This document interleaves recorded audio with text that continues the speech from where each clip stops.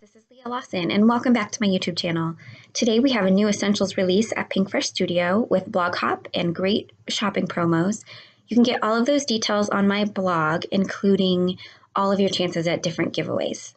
I have channeled my inner Cathy Z and have created these fun graduation cards for my projects today. Before I get to those projects, I thought that I would actually share the new release with you first. These are the braided circles. And as you can see, you can cut out the details alone, or you can also cut them out with the added circle dies. This is a Pretty Frames 2 die.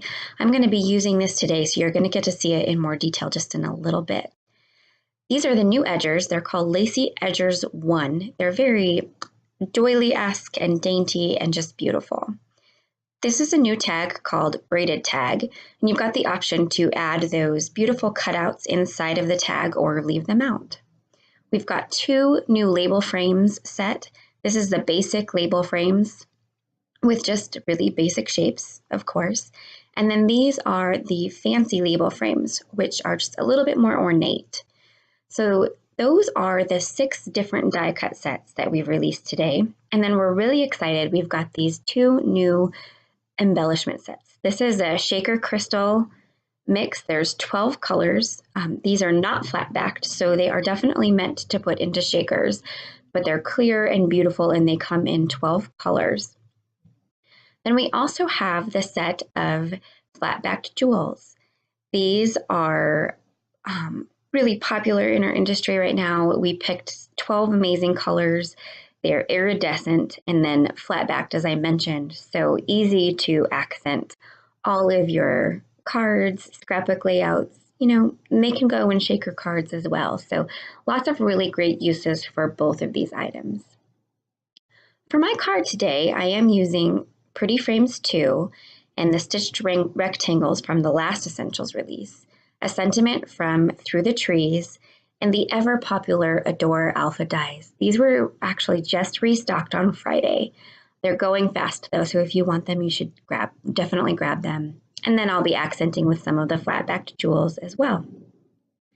I wanted to show you all of the different frames that you get from the Pretty Frames 2 die. So I have die cut them all out from white cardstock, and I am just showing them here for you. So you get 3 frames that are a little bit larger. And as you can see, so the middle one also has, what you can't see in the video, is embossed lines around the triangles and actually around the entire frame as well. Lots of ones that are dotted, which look so cool on frames. Some nested labels like this, but they can be left together or you can take them apart. And then an actual label. So in total, you have 8 frames and 1 label, and that label does not match any of the other label frames. So you definitely are getting a good mix. We get to my card for today. Off camera, I did all of the die cutting, which included die cutting the pretty frames and the letters from heavyweight cardstock 3 times and then stacking them together. I also die cut the letters from gold glitter paper, and then finally I die cut that stitched rectangle from purple paper, and then I added a full sheet of white foam adhesive to the back of it. So with all of the die cutting and stacking finished, I'm just going to go ahead and start putting the card together. I placed that stitched rectangle panel on top of a heavyweight A2 white card base, and then decided that that larger frame needed to be popped up with a little bit of foam adhesive. Those are just really thin strips by Derice that I pick up from either Simon or Amazon. They're really awesome and they are linked below. Then I placed that to the front of the card base, and now I am adding that dotted frame. This one I'm just going to put on with some Zig glue adhesive, and I will tuck that on into the inside of that larger frame. And this is just giving the card a ton of really fun dimension and some bulk, and it feels really sturdy. And this card is actually going to a male. So I think that it has a really great masculine feel to it. with all of the dimension and such. So if you get a little bit of that clear adhesive in those dots, they're easy to you can kind of fish it out with a little poker. So now I am putting the letters together. What I have found, especially when you die cut the outlines a few times and stack them together, it makes them actually a little tighter, even though they are technically a full outline of the letter. The larger, bolder letter actually sticks right in there. So it makes it a little bit easier when you are wanting to place them onto your card front. So I went ahead and I arranged them on the front and then just glued them to the front with some more Zig glue. This is my go-to glue for paper on paper. There's lots of different adhesive options out there.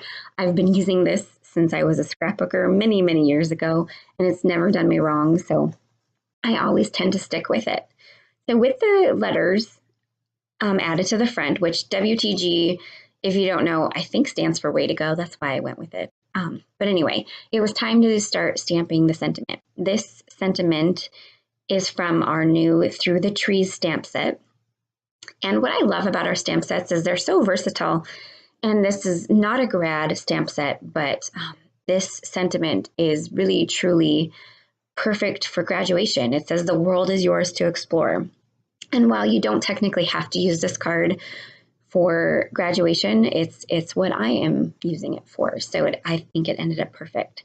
So after stamping, I just trimmed it down into a thin strip and added banner edges to it and adhered it to the front with some foam tape.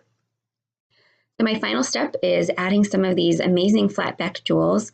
I add jewels to everything. So yes, this is going to a guy, but that doesn't bother me. I put jewels on everything. So that is just my signature thing. I have picked the black jewels, the light purple jewels, and the white jewels for my trio of accents. And there are 3 sizes in each of these little canisters of jewels. So there's a large, a medium, and a small. And each little plastic canister, I can't think of a different word for it, actually has 3 teaspoons of jewels in it, or 1 tablespoon. That's the equivalent of 1 tablespoon, which is actually a lot. So my friend Heather Hoffman told me about this jewel picker months ago, and I finally broke down and purchased it. And this was my first time using it.